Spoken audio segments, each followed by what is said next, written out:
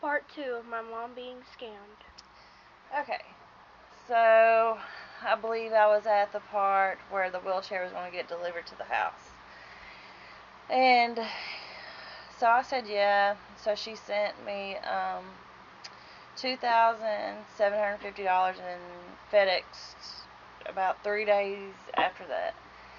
And she told me I was going to have to deposit into the bank. And the reason why she wanted the wheelchair sent to my house was because the guy that was supposed to be delivering the wheelchair was one state over from me, which was supposed to be in Georgia, and then she lived like somewhere in Pennsylvania or something, and it'd be one less thing she would have to tote down with her because obviously she needed help. She only had, what I was picturing, that she only had like one person helping her move, and so it'd be one less thing to have to worry about. So, me feeling sorry for her, I said yes. And so I deposited the check into my account, which cleared two days later. And I told her that it was clear, and I was supposed to give the person cash that was supposed to be, whenever he came with a wheelchair, I was supposed to give him the cash when he delivered it. And that was the plan in the beginning. And so the day that it went through, she said that something has changed to where she wanted me to send the money, go to Walmart, do a Walmart to Walmart, and she wanted me to send $1,750 to some guy. I can't think of the name on top of my head, but I've got everything written down, and I've made a notebook, and I've got details of everything that I did.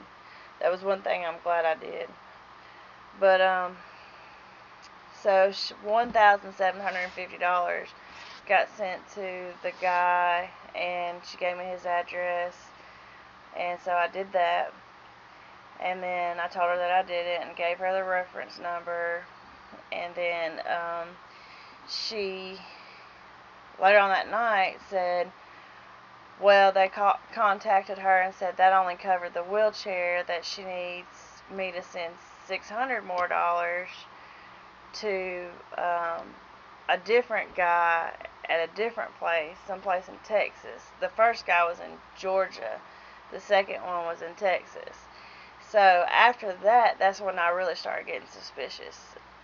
I started thinking after she wanted me to send the Walmart to Walmart, because I was thinking, why couldn't she do it?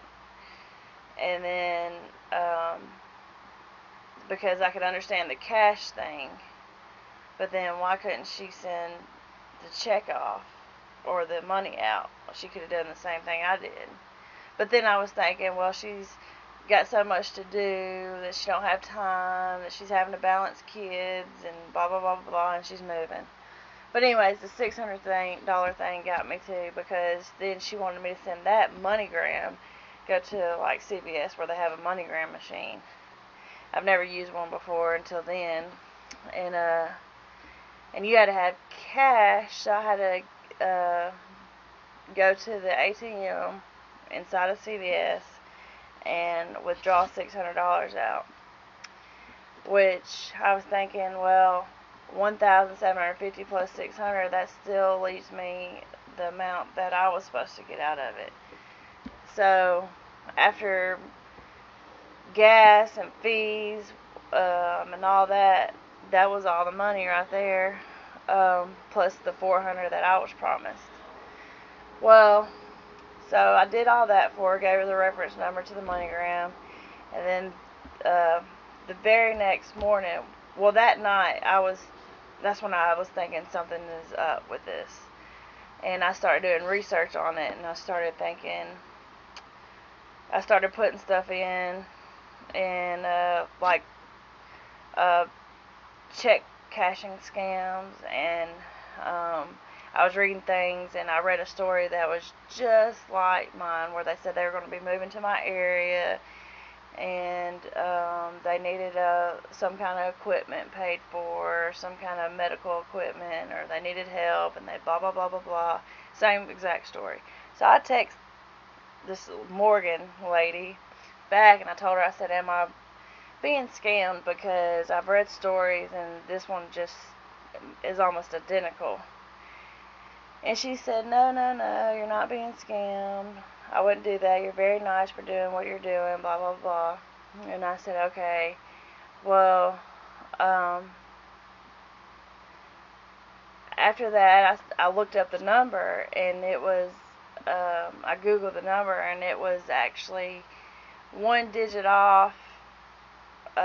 Like they had a list of numbers of scam or telemarketing scams and all that. They had a bunch of numbers listed on this page, and it was like a digit off, and all these numbers are exactly alike except for one digit. And so that's when I was like, my heart just dropped to my stomach, because that's when I really knew then that I've been scammed. So that very next morning, I called the number, which I've never done before, and it went straight to voicemail, or it rang 3 times and went to the voicemail. And then probably about an hour or two after that, I called it again, and it had been disconnected. So then I called the police, and they said that since it, will you get off my back? I had called the police, and they said that they couldn't do a fraudulent report yet because it hasn't came back that it wasn't a good check.